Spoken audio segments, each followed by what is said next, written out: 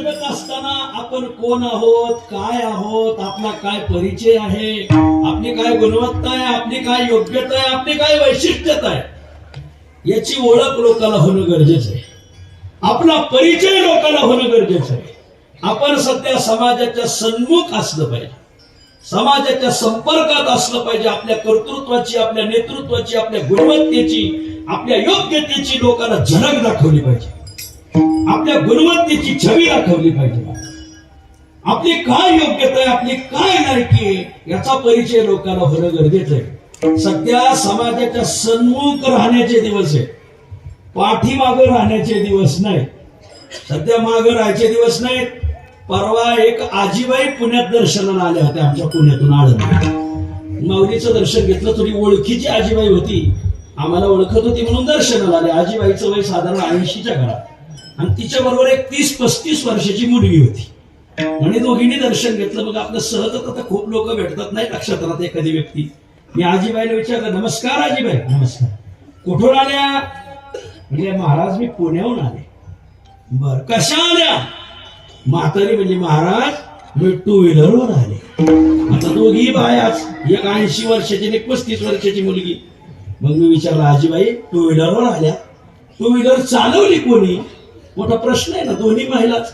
मग म्हातारी म्हणजे महाराज ही माझी नात आहे, हिने 2 व्हीलर चालवली. मला थोडं आश्चर्य वाटलं की बाई माणूस असून 2 व्हीलर चालवते. म्हणलं का हो, मुलगी असून 2 व्हीलर चालवते?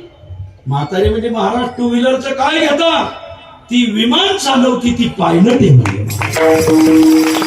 बाई माणूस असून विमान चालवती, ती पायलट आहे. ऐकलं माझे पाय लटलट आले.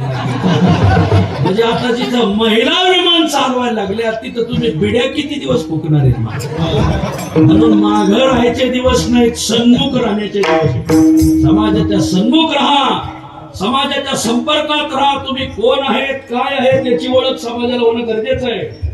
तुमचा परिचय लोकांना होणं गरजेचं आहे.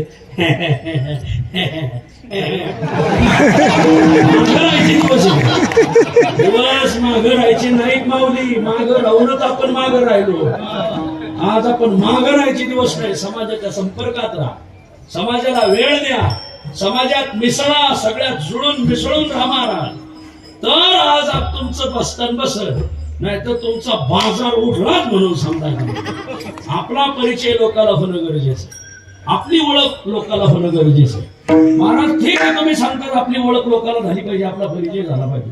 पण ओळख होण्याची, परिचय होण्याची साधनच कुठला? तर आपली ओळख जर जगाला करून द्यायची असेल, आपला परिचय जगाला करून द्यायचा असेल, तर 2च साधनं आहेत महाराज. कोणती 2 साधनं? एक, कधी कधी आपला होऊन परिचय आपण लोकांना करून द्यायचा. नाही तर असं वागायचं की लोकांनी तुमचा परिचय समाजाला करून द्यायला पाहिजे. साधन जगात नाही, आणि तुम्ही 3ऱ्या साधनाला डोकंही लावू नका. या जगात फक्त 2 साधन आहेत परिचय होण्याची. एक, आपली होऊन ओळख लोकांना करून द्या. नाहीतर असं वागा, असं काम करा, असं व्यक्तिमत्व तयार करा की समाजाने लोकांना ओरडून सांगितलं पाहिजे की हे व्यक्तिमत्व काही आगळं वेगळं आहे. विठ्ठल, कधी कधी आपण होऊन आपली ओळख करून द्या. तोंड उघडा. गप्पा बसायचे दिवस राहिले नाही. तुम्ही कोण आहेत, काय आहेत, तुमची काय गुणवत्ता आहे, काय वैशिष्ट्यता आहे, आज तुम्ही जर सांगितले नाही तर काही तुमचा कचरा झाल्याशिवाय राहणार नाही. आपल्या या धाराशिव जिल्ह्यात त्याला एक शब्द आहे, मुख गिळेवानी बसायचं, बोलायचं, बोलकवायचं. बोलल्याशिवाय, वाचा फोडल्याशिवाय त्या प्रश्नाला उत्तर भेटणार नाही. तुमची ओळख तुम्ही होऊन करून द्यायची महाराज. प्रसंग असा झाला की एका भिंतीवर 100 कावळे बसले होते. कावळे 99च होते. त्यात एक कोकिळा होती. पण कावळा काळा आणि कोकिळा काळी. काकः कृष्णः पिकः कृष्णः को भेदो काक पिकयो हो. सुभाषितकार सांगतात, कावळा काळा, कोकिळा काळी. काय दोन्ही फरक? दिसणाऱ्या वर दृष्टीने काही फरक नाही. 99 कावळे आणि एक कोकिळा, एकूण 100. मग जाणारे येणारे माझे गणपतराव मोजावर किती कावळे बसले? 1, 2, 50, 98, 99, 100. रामभाऊ 100 कावळे बसले. 100 कावळे बसलेत. कावळे किती इथं? 99. त्यात एक कोण आहे? कोकिळा. पण येणाऱ्या जाणाऱ्यांनी कोकिळेची गणना कशात केली? याला म्हणायचं समाज. चांगल्याचा कचरा कसा करायचा हे ज्याला कळतं त्याला म्हणायचं समाज. वर बघा असं काही विषय सांगितलं खाली कोण बघत असावं का? झापी. जी झापी येत ना तेच खाली बघत. वर बघा कीर्तन ऐकताना माणसाने वर बघून ऐकायचं.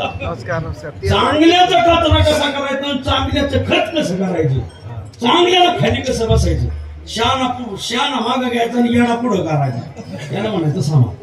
लोकांनी त्या कोकिळीची गणना कशात केली? बोला बोला बोला. कावळ्यात केली. खरी कावळा आहे का ती?